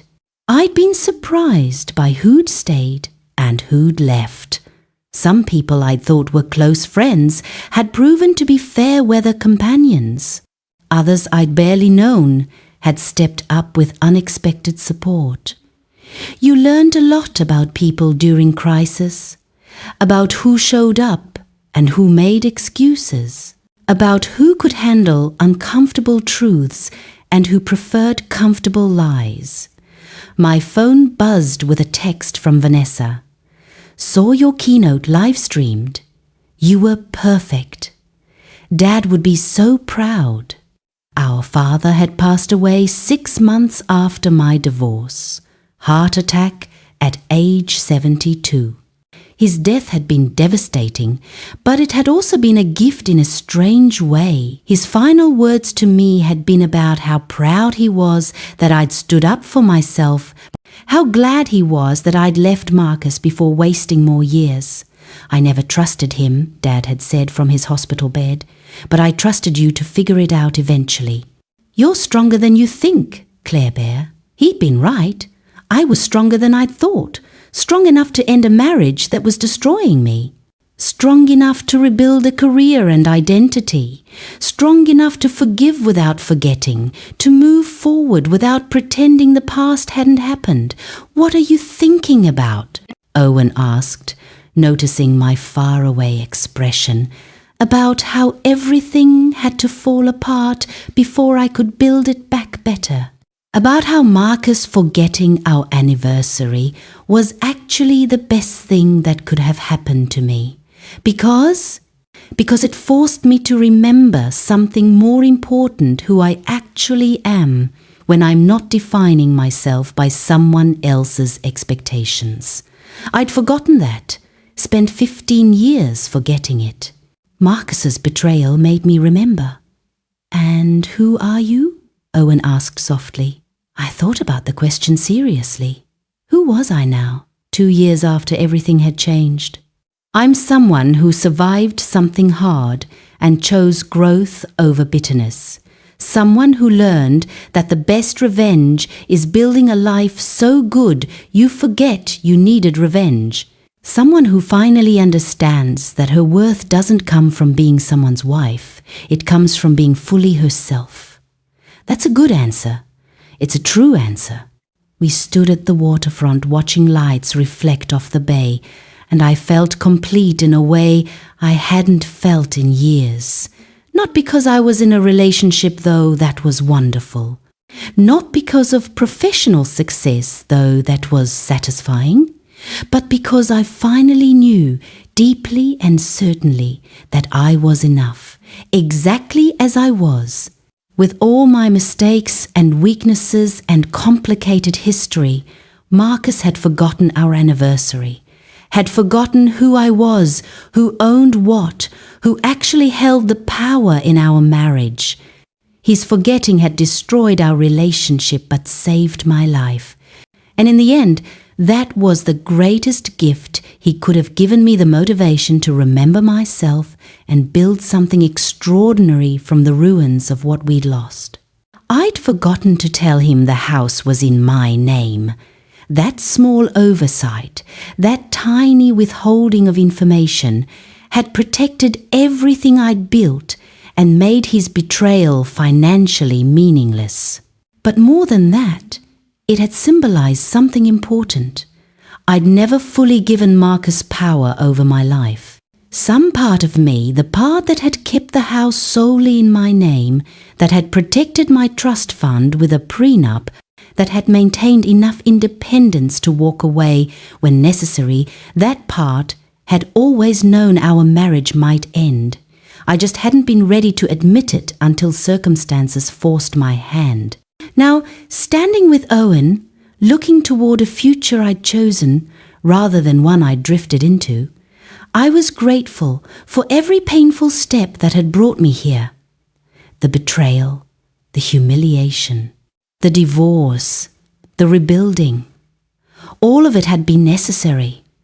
All of it had made me who I was now, someone stronger, wiser, and infinitely more aware of her own worth. Marcus had underestimated me.